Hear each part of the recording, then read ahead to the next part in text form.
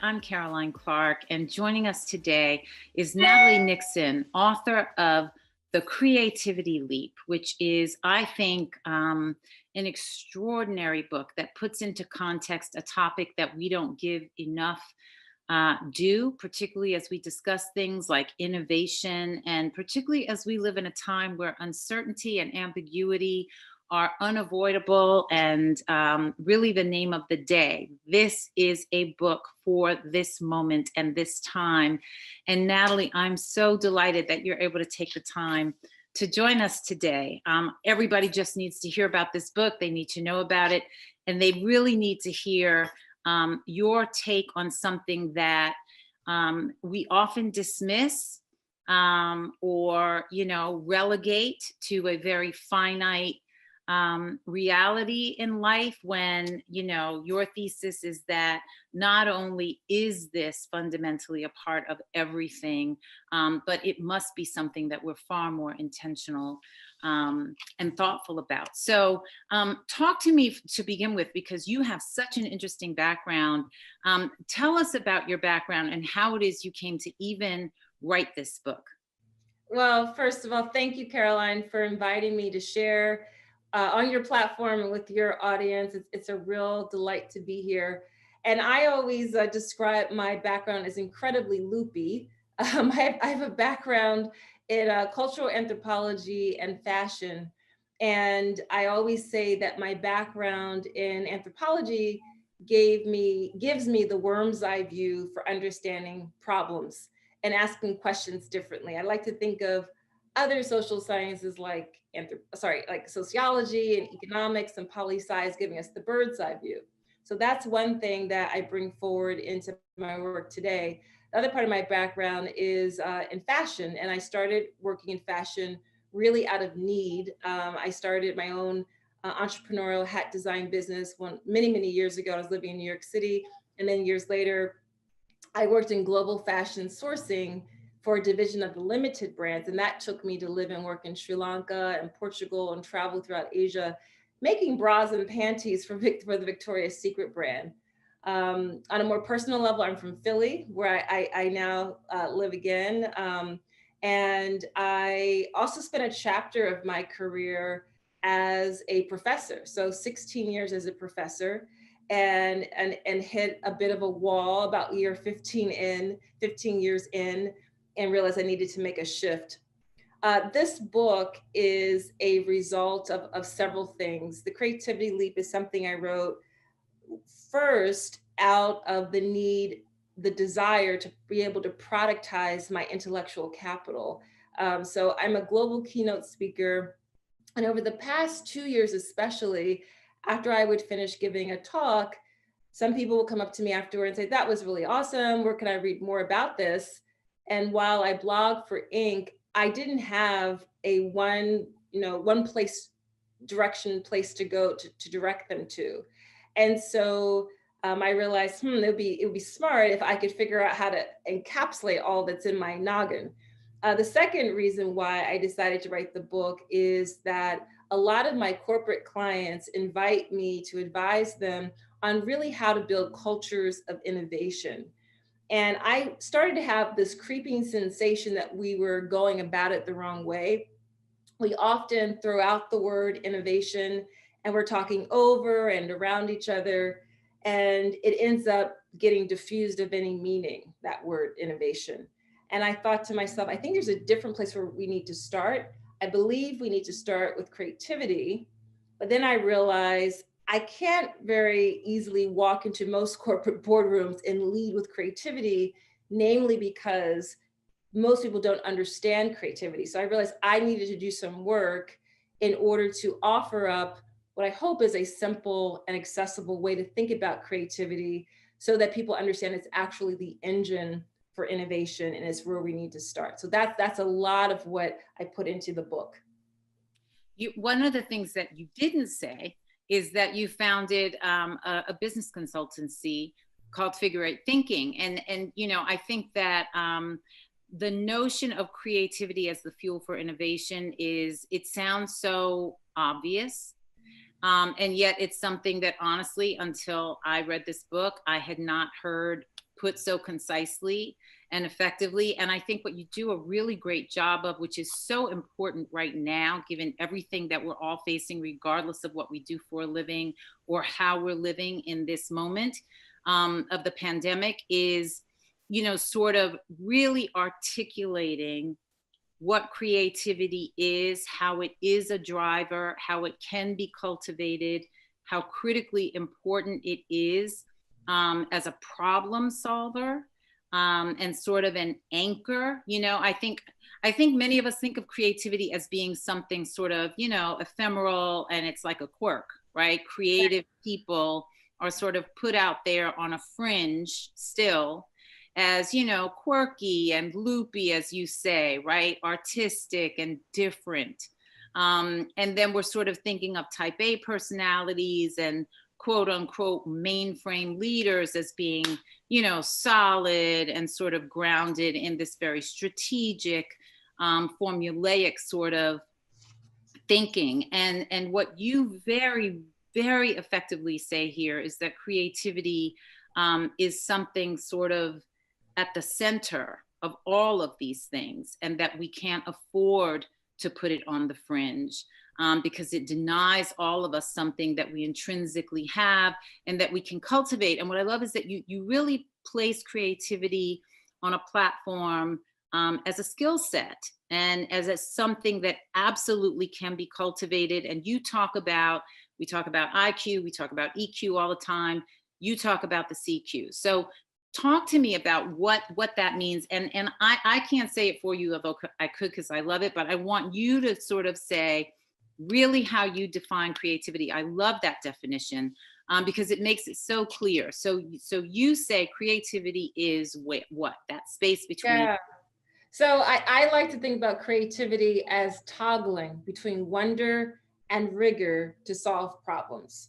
Full stop. Love that. I love that so Thank much. you. So how did you arrive at that and like really sort of build that out for us? Yeah, well, so now I can say it in a very kind of rational, linear, obvious way, but it was anyone who is a researcher who's done any sort of research understands it's a very convoluted process. It is a process. And so you move forward, you move laterally, you come back a few steps, you spurt ahead, et cetera, et cetera. And really, so the way I'm thinking about creativity is toggling between wonder and rigor to solve problems and produce novel value. And that value could be social value, financial value, cultural value. And that's what I was referring to earlier when I said I was working on developing a simple, accessible way to think about creativity, because in my opinion, there is no such thing as the creatives over there. We have mystified creativity. And the good news is that all of us are creative. We are hardwired to be creative as humans. You just look at your own children, you recall back to your own childhood, the ways that we were able to hack things and reposition and make all sorts of recombinations to make something out of nothing. That is the essence of creativity. And we were engaging even then in wonder and in rigor. And I like to think about wonder as awe, audacity, asking big blue sky, what if questions. And wonder is also about pausing, which admittedly we are not always good at, but it is absolutely essential.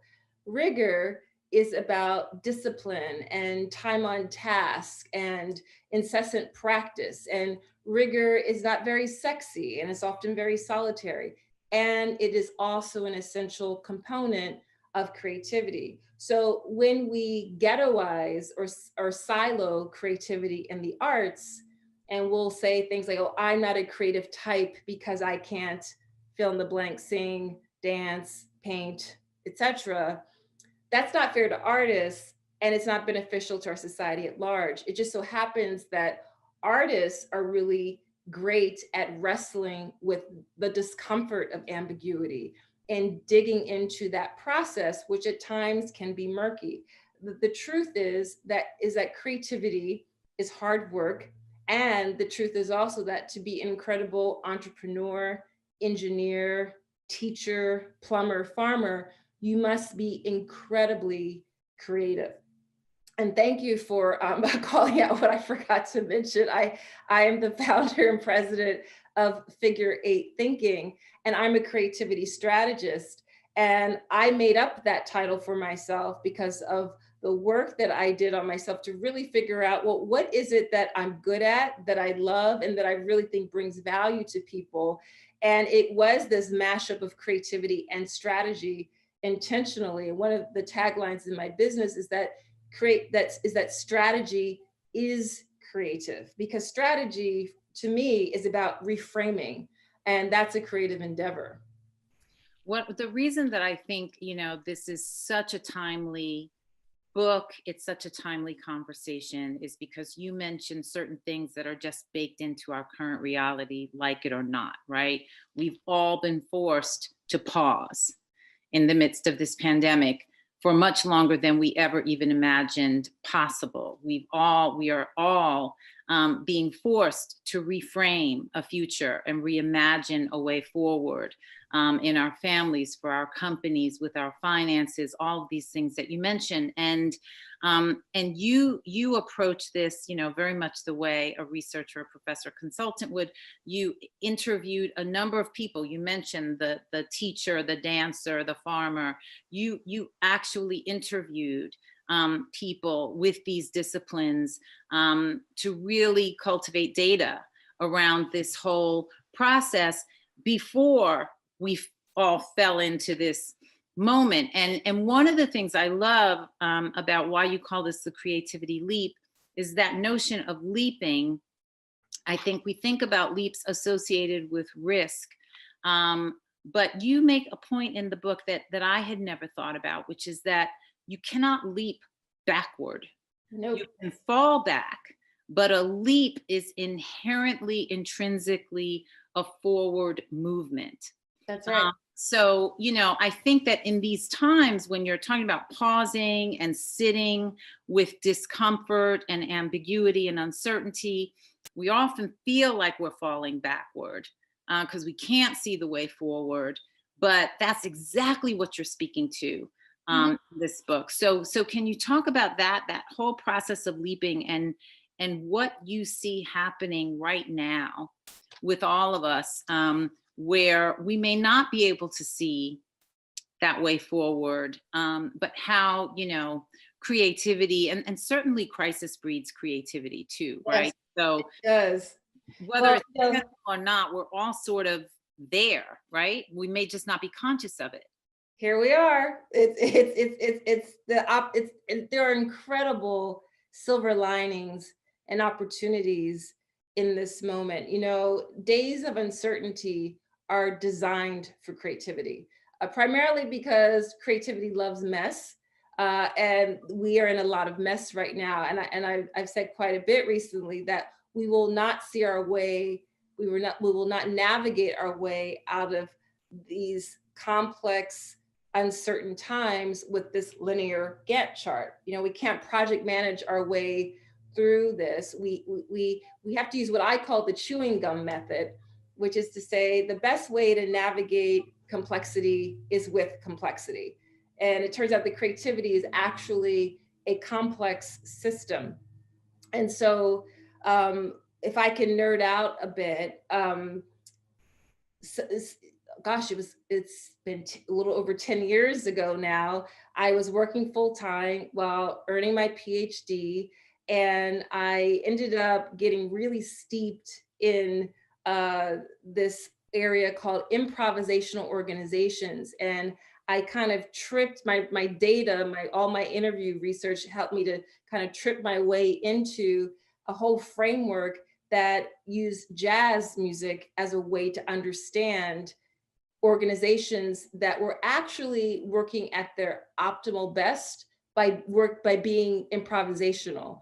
And as it turns out, the Ritz-Carlton Hotel is an example of an improvisational organization. I worked with the Ritz-Carlton Hotel as I was doing all this research. And so the first place where I really started to find my way in this whole field of creativity was, of all that strenuous, rigorous doctoral work, and really began to proclaim that the future of work is jazz, that the most innovative companies and organizations will be improvisational, which is to say they're adaptive, they're self-organizing, they're all about the build. Leadership figures out a way how to embrace mistakes and build on them instead of having a permission slip culture, a micromanagement culture. And then some years later, I had created and launched a strategic design MBA program at the university where I was a professor, and my professional network started to expand to startup leaders and folks in the entrepreneurial space a lot more. And I started paying attention to their origin stories. And time again, there's always this moment for most successful leaders where you will hear them say things like, something told me not to do the deal, or something told me to work with her over him. And I thought to myself, I think that something is intuition. I think intuition is a type of pattern recognition. And let's face it, we don't talk about intuition in medical school, law school, business school, but especially to those 50 plus people I interviewed. I remember interviewing Biplab Sarkar, who's the CEO of Vectorworks, a tech software firm. He's a PhD in electrical engineering. And when I got closer to the time of wanting to talk to him about intuition, I was nervous because I thought, oh my gosh, this engineer who's head of this tech firm, he's going to laugh me out the room. He did totally the opposite. He shared all these anecdotes about the ways that he uses his own pattern recognition, that internal nudge, intuition, in order to make decisions. And then the last kind of part of my rounding out the way I think about creativity was I just started reading a lot more of work about curiosity. As a former educator, I was well aware of, there's those moments, anyone who's ever been an instructor, you ask, so are there any questions? And it's crickets, and it's like the worst note in the world. And what's happened in our educational system and a lot of our organizations where we work is that we have begun to conflate curiosity and asking questions only with ignorance. And obviously you don't know the answer, you're asking a question, but there's no shame to that. Asking questions is actually the beginning steps toward discovery and exploration. So I'm mentioning those three areas of curiosity and intuition and improvisation because when you referenced earlier this word I like to use of a creativity quotient. Having a creativity quotient is about your capacity to exercise your creativity. Just like IQ, EQ is how much you're really exercising that capacity for emotional intelligence and your intellectual intelligence. So I realized it wasn't enough to tell people to just, toggle between wonder and rigor to solve problems, right? How do we do that? And in my view, we do that by practicing the 3 I's, is what I call them, which are inquiry, improvisation, and intuition. It's really important that, especially in this pause, that we lean into that. And the silver lining is that we now get to redesign our relationship with time.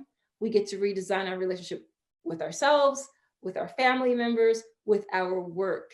And what a lot of companies that I talk to are struggling with now, and even leaders, is how to not fall back into that churn of constant work where we are confusing rigidity for rigor. They're not the same thing. So we have an opportunity to put new boundaries around our time and the way we work so that we have the time and the space for the wonder, as well as that deep heads down focused rigor work.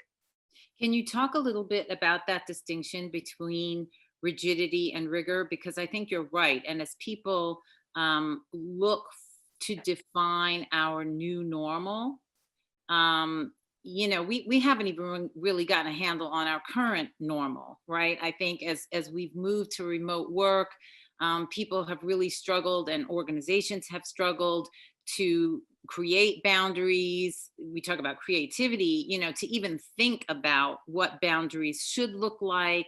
And so as we sort of think about where are we going, individually, collectively, organizationally, how how do we need to take care with that distinction between rigor and rigidity?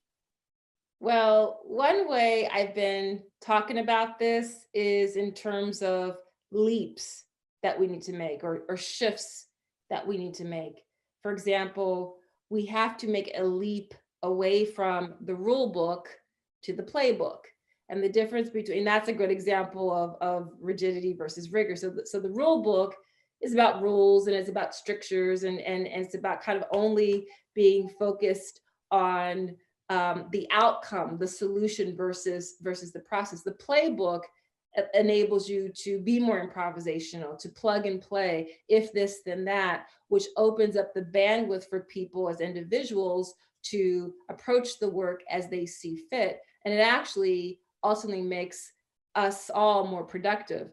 Um, Another shift that I talk about is away from deep specialization to becoming polymaths, right? Now, as a former academic, I am well aware of all of the value put on, supposedly the older we get, the wiser we get. We're supposed to get more deeply specialized in our field. And here's the thing, in a world that is increasingly complex, it actually behooves us to kind of like once in a while come out of that burrow of our deep specialization and develop both breadth and other depth of areas of interest, which is how where curiosity really kicks in and helps us to do that. So, one of the most well-known polymaths is Leonardo da Vinci, who was a mathematician and an artist and an astronomer, and all of those learnings inform the other. My mom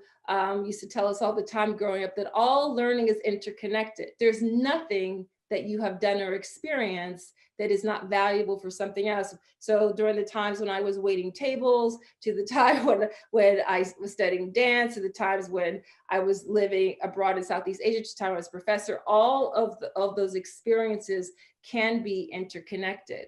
So that rigidity is a sure recipe for failure, especially because it doesn't allow for a much more adaptive, fluid, more observational stance. Yeah, and there's data supporting the notion that the more you expand the frame, particularly as you age, the healthier it is for your brain. As so Yeah. many of us have concerns about, dementia and Alzheimer's and the sorts of things that are having a massive impact on our longevity and wellness. That learning new things constantly, that attention to what you don't know. And as many people are during COVID, learning a new language or taking up a new skill or working out in an entirely different way. We know that these things have neurological benefits. So how much have you sort of explored the connection between creativity and wellness? Well, thank you for asking that, because I'm just jotting down some notes I didn't want to forget as you were asking these really good questions. In my view, creativity is all about well-being. It's, and well-being is becoming a more common phrase that we hear, even more than wellness, which is more about our physical health. Well-being is a bit more integrative. It's thinking about our psychological and emotional and environmental health that contributes to our physical health. And so creativity is totally a well-being play. I was saying a few months ago that creativity is a productivity play. And so we need to shift our metrics of productivity, right? Our metrics of productivity, not just on output, and it's very much kind of an industrial age model. Just looking about, it's still in terms of minutes and quantity, not quality. What if we had more organizations that measured productivity based on creativity output, based on the amount of wonder that was invested into a problem, based on the amount of rigor. Google years ago used to do something called 20% time. They don't do it anymore, but the idea was that 1/5 of the week, one day out of the work week, out of a 5-day work week, they allowed their associates to just tinker and do whatever they wanted. That was kind of in the back of their mind. One of the things that was birthed from that is Gmail.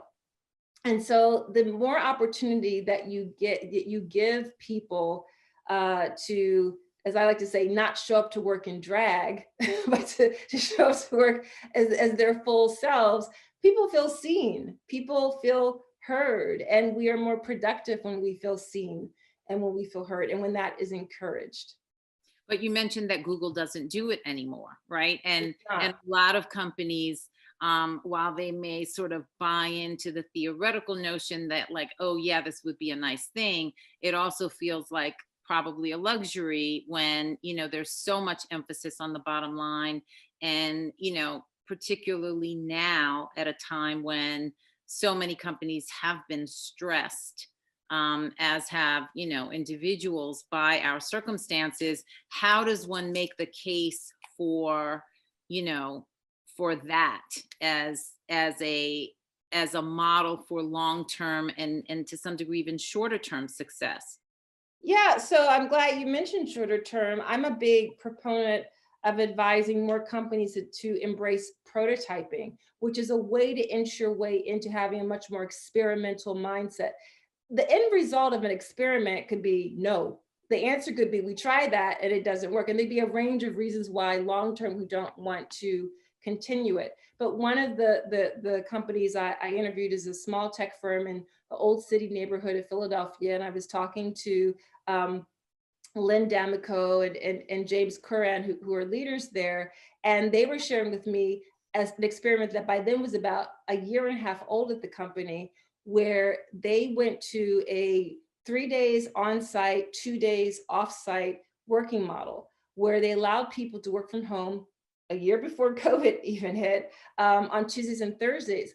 And what they were observing is that people figure out how to use the time together on site in a much more efficient way. They found themselves to be much more recharged to be able to be at home doing the quieter, more deeper reflective work. They weren't as impulsive to run to the office of a colleague and just um, kind of dump a lot of ideas on them before thinking them through. So the times that they had together were far more effective. So it doesn't have to be the 20% time that Google did. There can be all sorts of ways that organizations, large and small, experiment with it. Another type of experiment that people can try to inch their way into creating these different boundaries of exploring ways to be productive is, all of us experience Zoom palooza these days of constant online meetings. And what I recommend and advise is baby steps. Maybe start with 1 day a week as a team, maybe starts as a team within a company, maybe it could be the whole company. A decision is made to only have meetings between 10 in the morning and 2 in the afternoon. Mondays, Wednesday, Thursday, Friday, maybe it goes back to that same meeting churn. But on those days, in that larger block of time in the morning, people can spend time with their children. They can sleep in. They can do more work.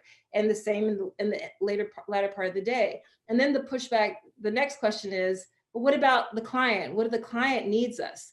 It's amazing how when you begin to put boundaries around your time and demonstrate the advantages, the assets are going to be that we show up to work, we can do much more productive, higher return work for you.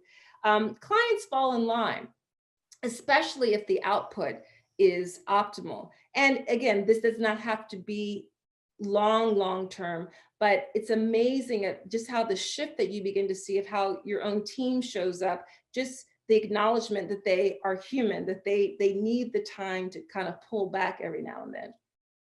It's interesting the way you sort of cast this, because it makes me think that, and I hadn't thought of this before, that, when we think of creativity as a notion, it's often somewhat attached to autonomy, right? Like you're going to go off and you're going to, yeah, we do, sort of, um, creative exercises as teams, but those who are really cast as creatives, they're often seen as individual entities. And I'm wondering if some of the struggle that organizations have with this is figuring out how to really amplify creativity in a collaborative context and in a team context, as opposed to, having lots of creative individuals. And then how do you integrate what can be such, tremendously divergent sort of solutions and practices and processes. So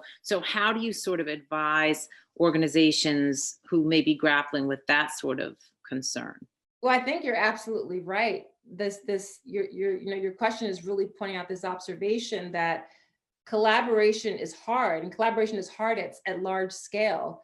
And let's admit it, in school project environments, we don't particularly like having to do group projects, right? Collaboration is hard, especially in the short term. So why is it hard? It's hard in part because we have to do all of these acts of translation.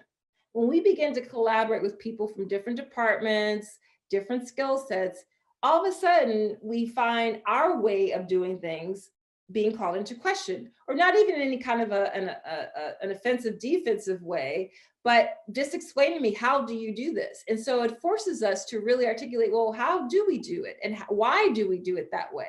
And then there's a learning curve for us to learn how other people work. So part of the challenge in collaboration is just breaking down the jargon. So there's that learning curve at the beginning. But there is a business ROI of creativity, because creativity requires inventive thinking, because we, as the African proverb says, alone faster, together further. Longer term collaborative efforts mean that productivity improves. When productivity improves, efficiencies increase. And when efficiencies increase, costs go down. That's a business impact. When we have people who think differently from us, that kind of cognitive diversity, that leads to more inventive thinking. When we have inventive thinking, we uncover different business models that might lead to new strategic partnerships, which lead to new revenue streams. That's a business impact. So that's what I mean when I talk about the business ROI of creativity. And it also goes back to something we were referencing at the top of our conversation, which is that creativity is hard. See, creativity is not this kind of woo-woo, do whatever you feel like sort of process. And to your point about collaboration is difficult at scale, well, that requires a redesign of the systems and the processes we have in place. It is important to remember that creativity does love constraints. There have to be time limits. There have to be other sorts of constraints and stopgap measures put on a process so that you diverge and then you converge. You diverge and you converge. It's not just diverge, diverge, diverge, and you're kind of just floating around. There also needs to be the constraints put in place. I love that. Creativity loves constraints. It feels counterintuitive, right? You don't think of constraint and creativity in the same context. Constraint sort of implies rigidity, and these things seem very oppositional, but it totally makes sense when you put them together. One of the things that you say in the book, I know you quote several people on creativity, some artists and some as far from artists as you could imagine. I love that you sort of cast Harriet Tubman, Albert Einstein, and Steve Jobs all as innovators, which, even to hear the three of them in the same context, you might put Steve Jobs and Albert Einstein there, but to put Harriet Tubman there, really expands the frames, and I think helps, encapsulate sort of what you're really trying to drive home with the whole creativity leap concept. But one of the things you say, you have a quote that says, "Create like your life depends on it."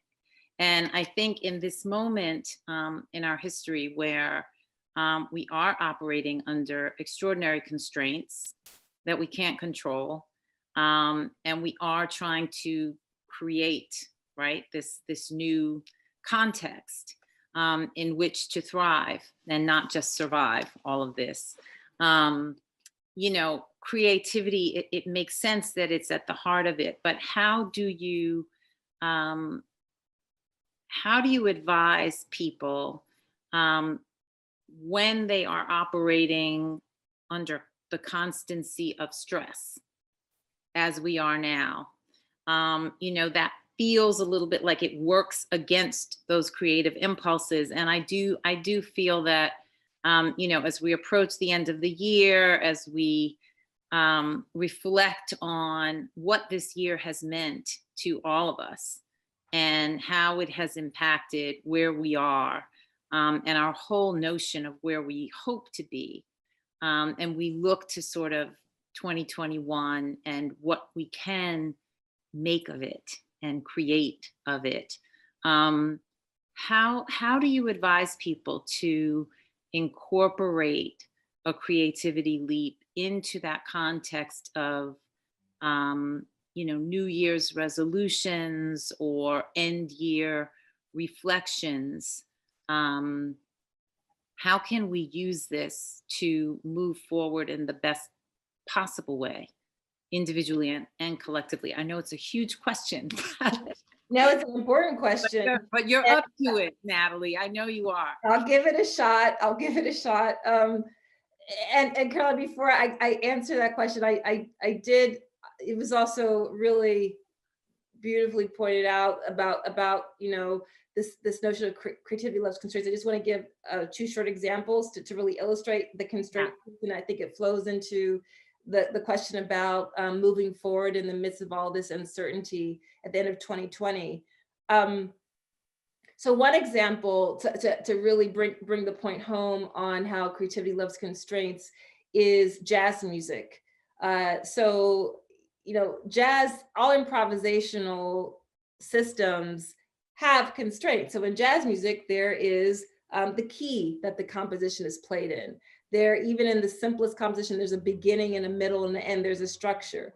There's the music theory that the musicians are skilled at. So that I started to talk about this idea of chaotic systems. Jazz is a K-word. It's both chaos and order, and the chaos is kind of connected to the wonder bit. The order is connected to the rigor bit. So that's an example of creativity loving constraints. The beauty and the magic happens in the interstices that we see in jazz music. And the other quick example I wanted to give, which I mentioned in the book, is that we of a certain age are very well aware of a period of time, especially in the early 80s, when there was the beginning of the largest divestment of public funding for in the arts and public schools, which adversely affected and disproportionately affected a lot of African-American youth in poorer urban areas. And what did some young Black male teenagers do? They started to look at this thing in the living room called the turntable, and they started to experiment with the sound that the needle would make on the vinyl, and they made it into a percussion instrument. And that led to one of the signature iconic sounds in hip hop music, which today is the largest genre of music in the world. So when we think about this idea of creativity loving constraints, those are examples of we have no idea what will come out of that level of resourcefulness. But two, what can we do right now at the end of 2020, leading into 2021, when a lot of murkiness, a lot of ambiguity?